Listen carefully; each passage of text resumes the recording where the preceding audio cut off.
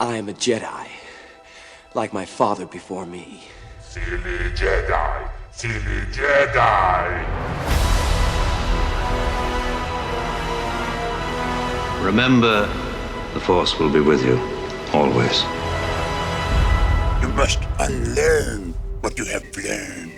Hello, what have we here?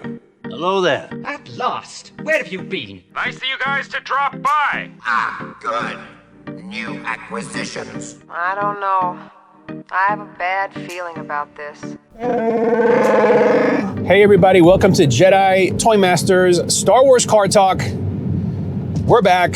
Hopefully you guys had a great holiday season, a Merry Christmas or Happy Christmas. I know some people say Happy Christmas. I know in the UK they say Happy Christmas. Here in the States we say Merry Christmas and Happy New Year though, because we are in the new year. It's 2022. It's kind of hard to believe. You know, a funny phenomenon that I think is happening is a lot of people are kind of, I don't know what it is, but there's something in our brains that even though it's 2022 right now, and we just experienced an entire year where it was 2021, we're still slipping 2020 in there. Like, so many people have said 2020 as of late. And I think it's like, I guess it's just that the last time we experienced the changing of a year with a little bit of like, okay, well, you know, things will be better this year, whatever, it was 2019 into 2020.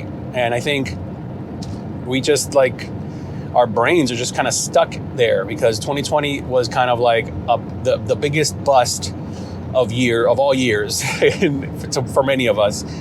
And 2021 was kind of like this weird in-between year of just kind of, I don't know, I guess if you want to call it recovering or whatever, but guys, it's 2022. And you know what? Regardless of what's happening out there, you know, hey, rebellions are built on hope. So let's just be hopeful. And let's just be kind to one another and do the right thing and, you know, respect each other and, you know, all the advice that we could give the Star Wars fans, because, you know, we complain a lot about the Star Wars fans being divided and divisive and sometimes even critical of each other. So the same advice that we would give Star Wars fans, let's give everybody. That's the advice we should all take on everything. You know, like we don't agree on stuff. Okay, well, let's at least respect each other. Let's be kind to each other. That's the one thing. Not to get too preachy here, but like that's the thing that we should be spreading. You know, that's the thing that should be spreading everywhere is kindness. Just being kind. You know, I have 3 sons. For those of you that follow me on Instagram at Jedi Toy Masters, you know that I'm a Star Wars dad. We're a Star Wars family. And my wife and I are always trying to just instill that into our sons, that they need to be kind. That kindness is so important amongst each other, because there's 3 of them. And, you know, the dynamics amongst the 3 of them, oldest, middle, and youngest, it could be heated sometimes. And there's moments where, you know, they argue and all that, but they fight and they have disagreements and what have you. But, you know, we were always telling them, you gotta just be kind to each other. And that needs to spill over into how they are in school and out, you know, in the real world, you know, interacting with everybody. And hopefully, if I train them in the ways of the Force and they do well, then hopefully they will grow up to be kind gentlemen out in the world making a difference. But enough of that, guys. That's like family Star Wars talk corner. This is Star Wars Car Talk. I'm driving. For those of you watching on YouTube or on the official Star Wars Car Talk Instagram account, where a lot of these episodes live as well, you're seeing a different angle. That's because the little suction cup bracket that I normally mount to the car would not stick to the windshield. It's like I guess it's too cold out or something, and It just does not want to stick. So I'm like balancing the little camera that I shoot this on my dash, and so far it's doing a pretty decent job. As long as I just drive straight and I don't do any crazy maneuvers, I should be fine. And those of you for those of you listening, thanks for listening and tuning in, and I hope that you share this podcast. And if you're listening to us on iTunes or Apple Podcasts, that if you take a minute and just drop a nice line about this podcast, that would be really appreciated. And I really want to create more content, not just as far as podcast episodes, but also our video shows on YouTube. Excuse me. On our YouTube channel at Jedi Toy Masters. We do toy hunts and reaction videos and unboxings and videos like in these podcast videos where I'm basically just talking Star Wars. And we have a studio that hopefully we'll be able to shoot stuff in our home. We have a home studio that I'm working on. But anyway, enough of all of that. Wow, what a way to end 2021. Speaking of New Year's, it's a new year and we have new Star Wars, and this is so exciting. Now, those of you listening that are Star Wars fans, I'm certain that you guys have been watching the Book of Boba Fett. 2 episodes are down, are out already, and the third one's coming out the week that this podcast airs. So it's been a whirlwind.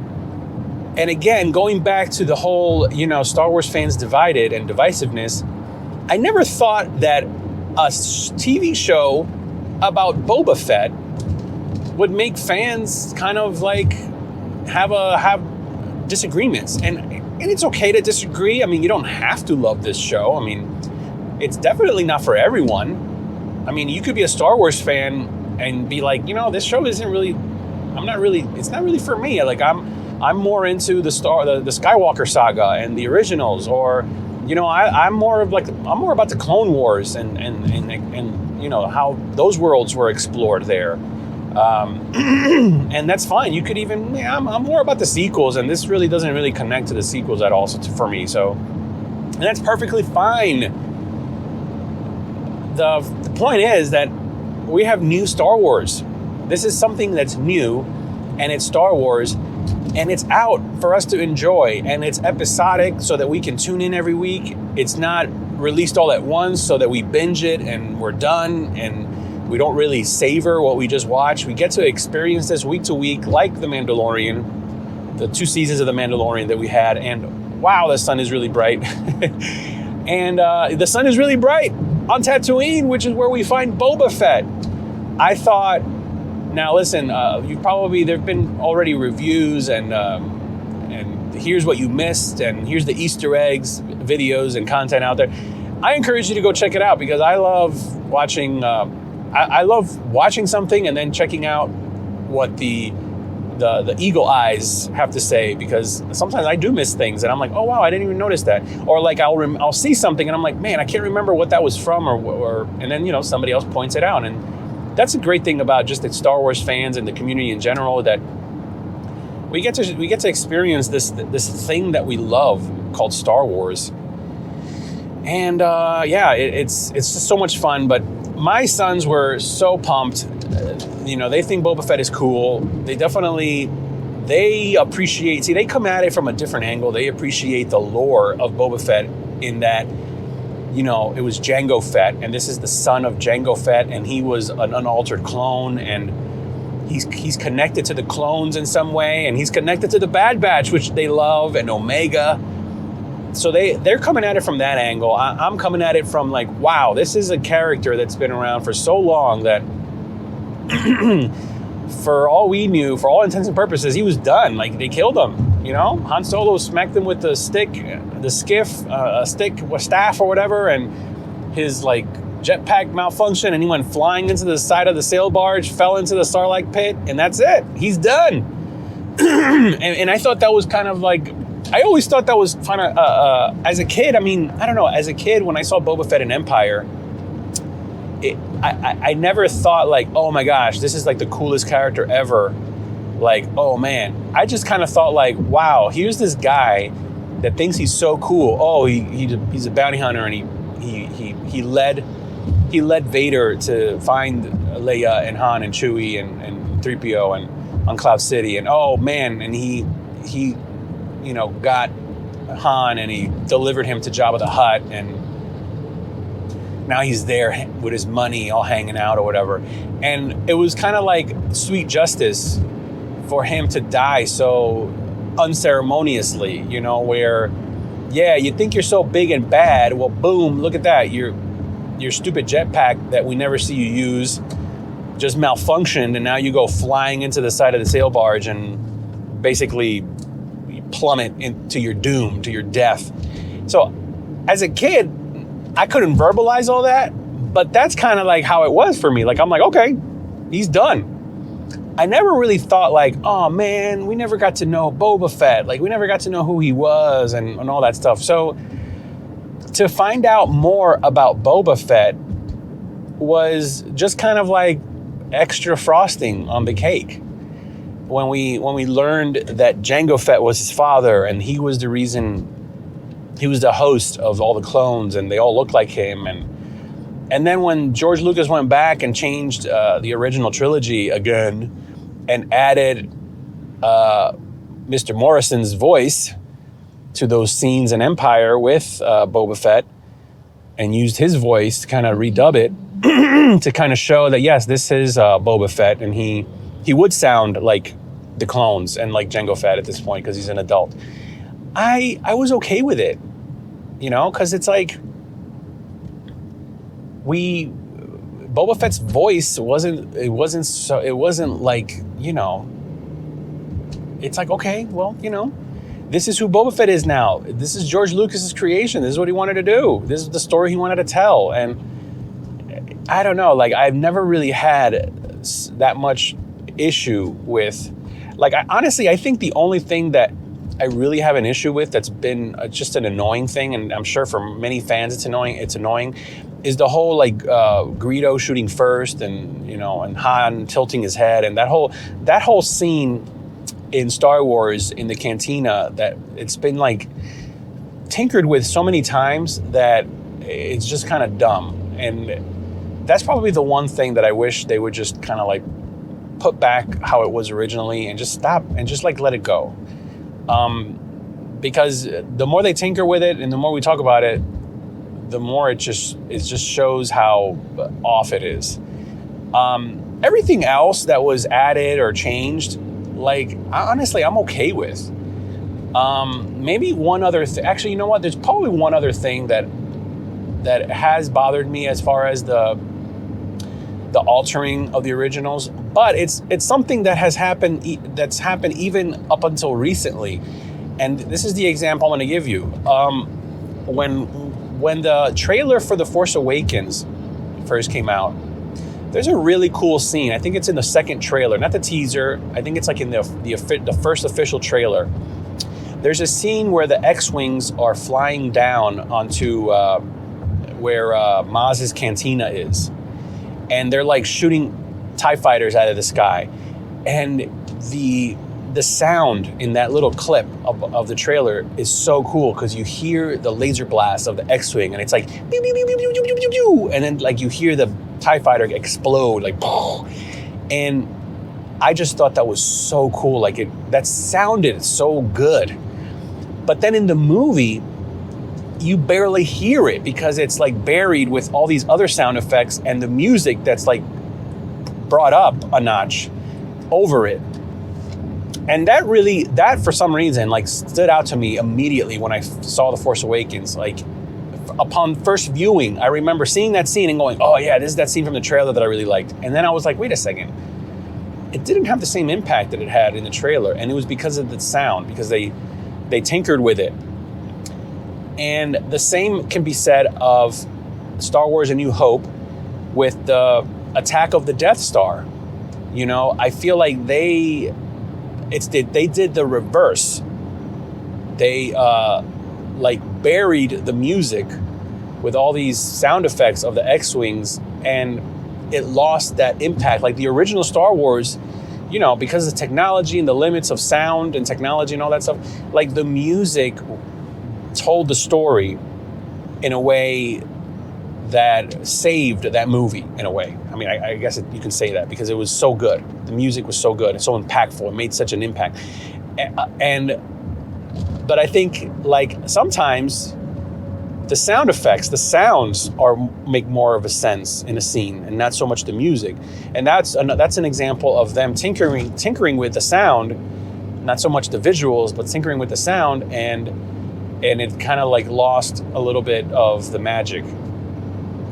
So it's an interesting example how in one example it was the music that was bumped up and the music was bumped down and you lost the impact. And in the other example, the music was pumped up and you lost it. So it's a dance. I mean, I'm no sound engineer, and I encourage anyone to go check out David W. Collins on Instagram and check out his podcast called The Soundtrack Show, because he breaks down Star Wars music and just music scores in general in a way that is amazing. And it's one of my favorite podcasts. He's one of my favorite people to listen to because it's just so cool to listen to how movies are made and the sound and music and how it all connects. But anyway, I kind of got lost in a tangent here. Getting back to Book of Boba Fett, I got to say that, yeah, it may not be for everyone, but at the end of the day, I think it was, me personally, I loved it. I thought it was great. It was very well crafted. I didn't know what to expect with the Book of Boba Fett. My expectations were not so high, and I think that's probably why I was so delighted by the show, because I wasn't, again, my expectations were not super high. I didn't know what direction they were going to go in. I mean, even from the trailer, it just seemed like, I guess Boba Fett is going to go on this kind of journey of trying to make a name for himself again, but like not as a bounty hunter, but as like a crime lord, you know? But like, I don't know. I was like, I guess that's the story, but we'll see. Cause like, as we've learned from The Mandalorian, what you see in the trailer, in the first teasers, it tends to be just a few snippets from the first couple of episodes. You know what I mean? So like, don't go with what the whole story of the season is going to be just by that, because we didn't even know that there was going to be a Grogu just from the teasers of The Mandalorian season 1. Like, we didn't know. Like, we didn't know we were going to see Bo-Katan and Ahsoka and Luke Skywalker in season 2, So that's why my expectations were not super high, because I'm like, you know what? I'm just going to sit back and see what they put together and enjoy it, because honestly, as a fan, my confidence is really high in Dave Filoni and Jon Favreau. And, Robert Rodriguez did such a great job directing that episode of The Mandalorian season 2 where you saw Boba Fett kick butt, and it was like this really cool, very like guerrilla style battle with Boba Fett and those stormtroopers. And I thought that was great. That was fantastic. And so the fact that Robert Rodriguez is involved in the Book of Boba Fett, that kind of tells you the style. I mean, it's if you enjoyed Robert Rodriguez's El Mariachi and Desperado with Antonio Banderas, if you enjoyed those movies and that style of action and drama, then you're gonna love The Mandalorian. And there's a lot to be said about the influence of just Westerns and anyway, I thought that was great. I thought they did a fantastic job crafting these couple episodes so far. The fact that we get to see the backstory a little bit of what happened to Boba Fett after he got out of that Sarlacc pit, it happened exactly how we would have thought. Yes, he fought his way out of there and he survived. But it wasn't easy. I mean, you see what he went through and how damaged he is. He's a damaged human being. He's not, like, in a way, Boba Fett, the bounty hunter that was trying to live up to his father, I feel is dead. Like, that Boba Fett died in the Sarlacc pit. And what came out of the Sarlacc pit is a broken man that needs to figure out who he wants to be again, like who he wants to be. Something that I don't think he got a chance to do, because I think he, after Attack of the Clones, when his father was killed by Mace Windu, beheaded with a lightsaber, I think young Boba Fett was just on this path of vengeance. And then from vengeance, it was the path of, proving myself amongst these thieves, amongst all these bounty hunters, that I'm worthy to wear my father's armor. And I guess that just turned into his life. It was almost like a path chosen for him by, vengeance and greed, I guess, or, but now this is like him getting a second chance at life, and his eyes being opened to the fact that there's injustice out there, and it takes on many forms. And it's interesting because he says something in the trailer like, Jabba ruled with fear. I plan to rule with respect. And that's going to be interesting to see how that pans out, because he's already hitting a lot of bumps in the road where you want to rule with respect, but none of these criminal guys respect. They're all about fear and power. So it's going to be interesting. And then he, how he learned through the Sand People, through the Tusken Raiders, he's learning the importance of just, that this land belongs to them and it was taken away from them. And it's very Dances with Wolves. It's very Kevin Costner Dances with Wolves. It's very The Last Samurai. It has all these hints of, like, Boba Fett has the potential to truly become an anti-hero that we can truly root for, not just because he's Boba Fett and we think he's cool, but because of who he has become or who he's becoming, if that makes sense. And so it's going to be interesting to see how the story develops. My prediction for this show is that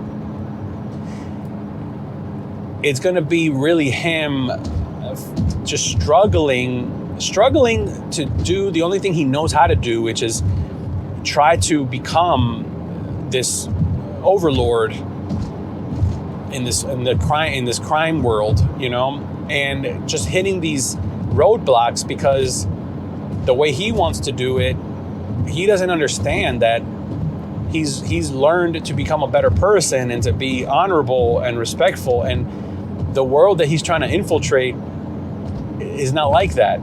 Like he would do better to be almost like a real Mandalorian, or to be join the New Republic, join the rebels in a way. Like he's and so it's going to be interesting. It's going to be interesting to see that. And there's a rumor, I don't know if it's true, but I wouldn't put it past them, that we're going to see Han Solo at some point this season, and I'm excited to see what else we can see. I mean, we already got to see Jabba the Hutt's cousins, and we got to see a badass bounty hunter, a Wookiee, that apparently is from the comic books. Now, guys, I don't know. I'm not too familiar with that, so if you guys want to educate me, hit me up on Instagram on Jedi Toy Masters, or hit me up in the comments. Who's the cool dark furred bounty hunter Wookiee that just looks amazing? He kind of reminds me of a Shadows of the Empire Chewbacca in a bounty hunter disguise, if you remember that. But just from these first two episodes, I gotta say I'm super pumped. I think this is a nice treat. Not everything Star Wars needs to be so epic, and as we saw from The Mandalorian, it doesn't have to all be epic. They could tell small stories like this, and they're entertaining, and this is tales of Star Wars. Like these are Star Wars stories. I mean, I think Rogue One was a great example of, you could do a Star Wars movie that doesn't have to do with the Skywalkers or Jedis, and it could be great. And I think the Solo movie was a good example of, you don't need to make a movie about a character and be confined to the time constraints of a film, where you have to please so many people so that this film could make money. Like I've said many times, the Solo movie should have been a TV show. That should have been on Disney Plus, Solo. That could have been a 6-episode miniseries of Solo, and, you know, that's it. And then that could have spilled into a series about Maul and the crime syndicate, you know? But, you know, it could still happen. It could still happen. Never lose hope. But yeah, like then Mandalorian comes along and it proves that we can tell epic Star Wars tales on a smaller scale and stretch them out and really get to like live in the Star Wars world for a little bit, you know? Not just, you know, like I feel like when you experiencing Star Wars in a film is like watching, it's like looking at the mountainside, looking at the views from a bullet train. You know what I mean? You're like looking out the window and you're just like, oh my God, it's so beautiful out there. But you're going. There's no time to even look back and or notice anything. Whereas these TV shows, it's like literally getting off the train and walking the track and getting to look around and experience it. So I think it's wonderful. We're getting so much this year. I mean, we're still anticipating the Cassian series. Obi-Wan series apparently is going to be like, I think 6 episodes, which, man, that feels extremely short. But I do hope that each episode is like, it's like just under an hour. Like I hope each episode ends up being like, you know, 50 minutes or something like that, because that'll be great. That'll be wonderful. Then those are great, 6 great episodes, just chock full of wonderfulness. and then, you know, we're getting the Bad Batch season 2, and hopefully by the end of this year or beginning of next year we'll get Mandalorian season 3, and then, you know, we still are waiting for the Ahsoka series, and man, the future is bright for Star Wars. I think the missteps that were taken with the sequel trilogy, I think, are behind us at this point, and there's still time to really adjust. I think there's still time to adjust, and I think that's what they're doing over at Lucasfilm and Disney. They're just readjusting. But anyway, what did you guys think of Boba Fett, the Book of Boba Fett? First few episodes here. Are you still excited about it, or, you know, did it live up to your expectations? What were your expectations?